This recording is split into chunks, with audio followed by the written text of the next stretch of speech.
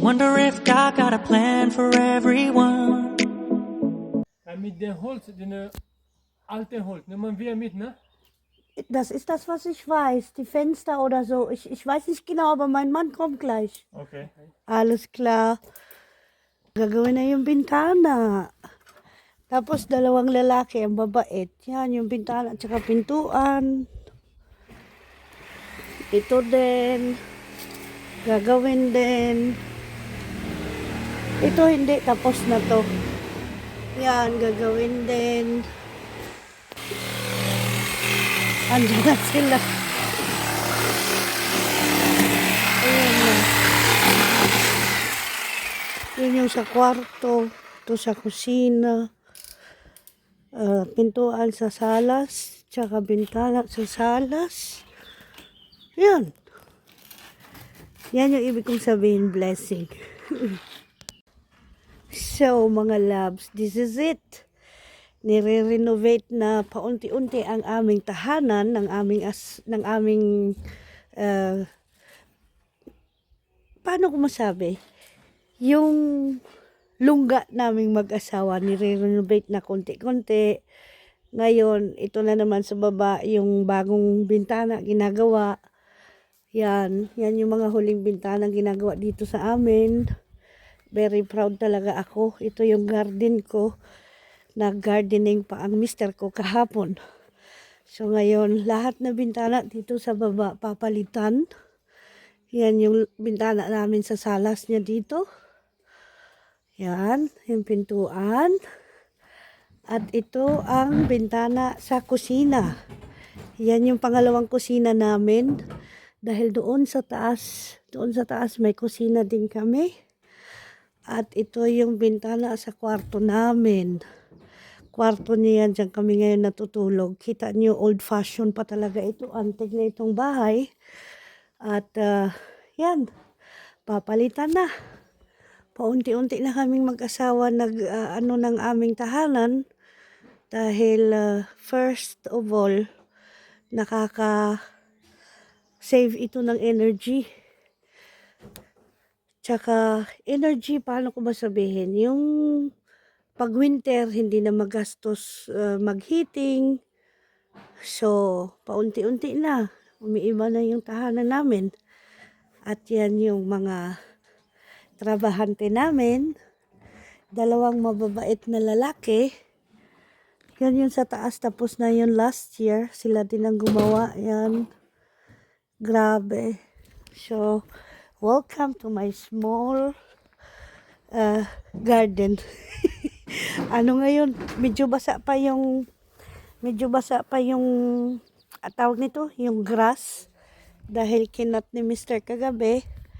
So, ito niregalo niya sa akin ng birthday ko kasi yung luma na pinatayo namin ng pinsan ko ni Chad 5 years ago na tumba na ng bagyo. So, ngayon, day off ko. Doon ako maglilinis mamaya pag dumating si Mr. para makafocus siya sa mga tao dito. Dahil ganyan yan siya eh. Nagfo-focus siya na okay lahat. Quality nga. So yan yung balcony sa taas. Pinariwara ko yan itong taon na to. Dahil busy talaga.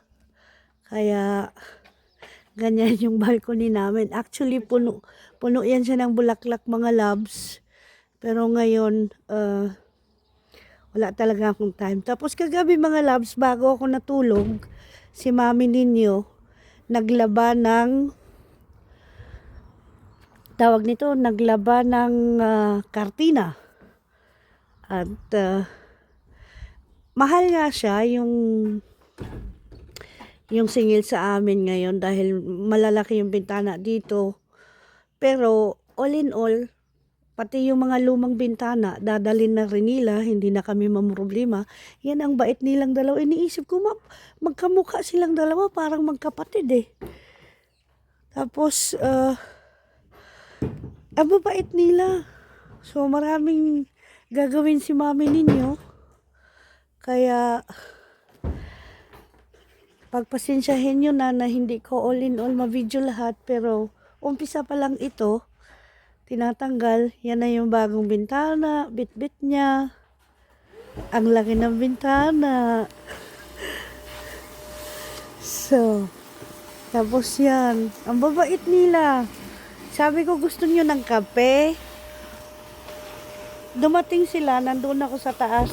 Andito na naman si Mami Niba 2.1 ninyo na walang pustiso early in the morning. German time, alas 8:30 ng umaga. Pero nagising kami ni Mr. Maaga pa dahil natatakot kami at nag-aalala. Baka alas 7 nandito na sila. Pero alas 8:30 sila dumating. This is the blessing what I mean. Thank you Lord sa lahat na blessing na binibigay mo sa aming mag-asawa. First of all, sa kalusugan namin at ngayon yung bahay namin paunti-unti nang nire-repair o renovation. Pagandahin muna yung bintana. Ang bintana po ang pinaka-importante dito sa Europe kasi kapag yung bintana po fix na siya at wala pong hangin na lumalabas o pumapasok. Kasi dati light material lang ba? Yung bahay na ito, tinayo po ito bago nung wala pa yung asawa ko, hindi pa pinanganak yung asawa ko. So, yung asawa ko ngayon 72 years old na. Ngayon pa lang, first renovation pa lang. So, nag-umpisa kami sa bintana, sa susunod doon sa loob. Kaya, sabi ko, i-video ko ito para makita natin before and after. Paunti-unti lang kasi, tsaka step by step lang, hindi all in all, sabay-sabay. Kasi, mahal po dito talaga yung materyales. Tapos hindi pa dyan kasama yung oras ng mga trabahante. So, yung oras dito na singil ngayon sa amin, mga 150 euro ang oras dito ngayon. So, ganyan po kamahal. Isang oras po, 150 euro. Dahil alam ko po yan, dahil nung nakarang taon, yung doon sa taas, yung oras na siningil nila sa amin, 150 euro din po. Hindi pa po yung kasama yung material doon. So, iba yung material, all in all, nagastos naming mag-asawa doon sa taas. Ilang bintana lang yan doon sa taas. Wait po ha, ito-turn natin yung camera. Yan pong bintana sa magiging kwarto namin doon sa taas. Tapos yan yung bintana doon sa visitors room. Yan yung bintana sa salas. Tapos sa likod po ng bahay nito, may isang kwarto pa po doon. Visitor rooms din po yon. Ang bayad namin all in all mga abot-abot siya 8K din. 8K euro po siya lahat. So ito ngayon, itong taon na to mahal po kasi ewan ko, hindi ko rin maintindihan bakit 8K plus lang doon sa taas tapos dito sa baba ang mahal po. Abot-abot po siya sa totoo lang po. Over kalahating milyon pesos po sa bintana. 1, 2, 3, 4, 5, kasama yung pintuan, 6. Kasi double window po yan siya yung malalaki. So, mahigit po siya kalahating milyon piso. Grabe. Tapos, hindi pa po kasama yung oras dyan. So, hindi natin alam kung magkano po, kung ilang oras po lahat ang matatapos nila. So, yung isa, tinatanggal na po yung old door at old window. At yung isa naman, nilalagay niya na, nire-ready niya na sa loob ng bahay yung window po para mabilis po ma-fix. Ang galing po nila magtrabaho dito mga loves. Talagang quality po talaga. So, ayan po, tinanggal na nila. Yan ang itsura ng bintana namin ngayon. At pag umanhin nyo na po, meron kalat sa kusina. That is the second kitchen. Kapag nandito kami sa baba, dito kami nag-init ng tubig, gagawa ng cafe or tea. So, welcome to my life.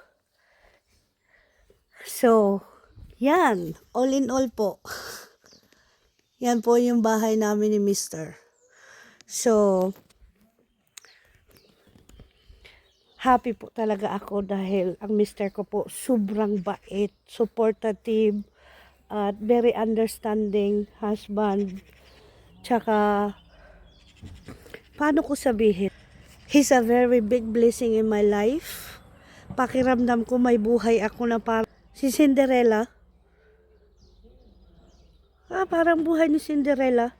Nasabihin natin maraming pinagdaanan mula nung maliit pa hanggang nakapunta dito sa ibang bansa, lumaban para maging mabuti ang buhay. Tsaka, paano ko sabihin, yung actually po, kawawa po actually. Ako lang po isang nagsisikap na maging mabuti ang buhay ko. At hindi po ako nagpo-focus sa buhay ko lang, kundi tumulong din po ako sa mga relatives natin. Tayo naman kasi mga Pilipina, kapag dating po sa Pilipino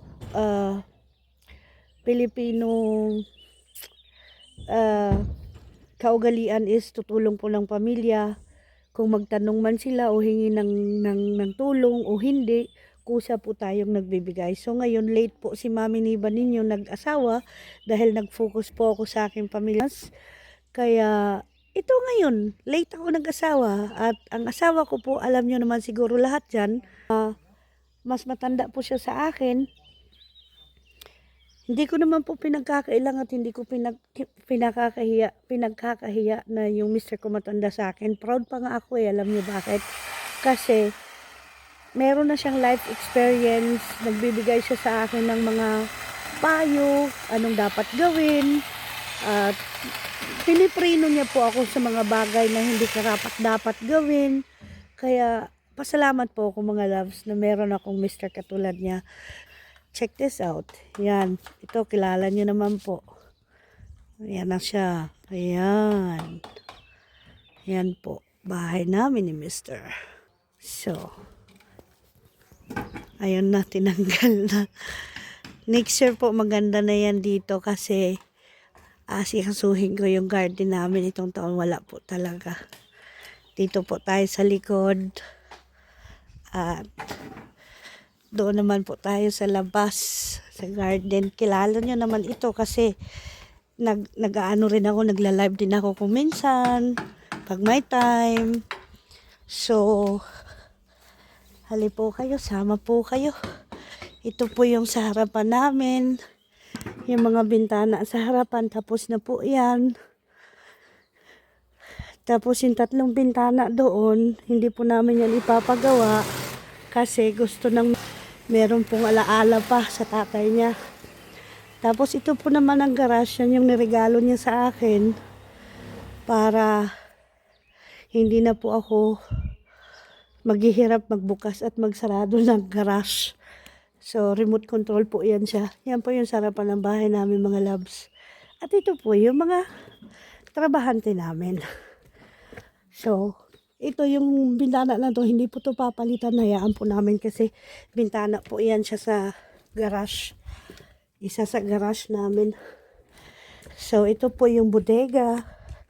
Diyan yung mga tools ng asawa ko. So, ayan na, umakyat na siya.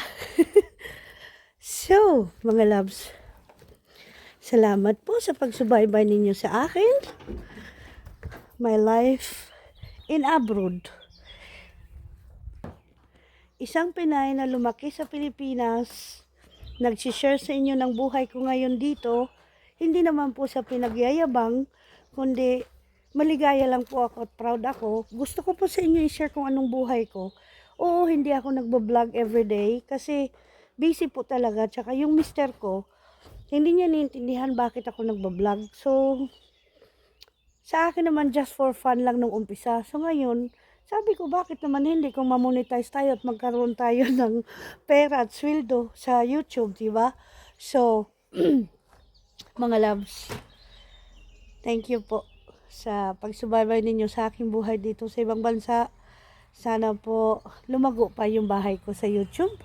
Samahan niyo po ako sa aking ginagawa araw-araw. Kung meron naman po ako i-vlog, hindi mas maganda. Kung wala po ako ma-vlog, sorry lang po. So, thank you for watching. This is your Mami Niba 2.1. See you next. Bye! Mwah!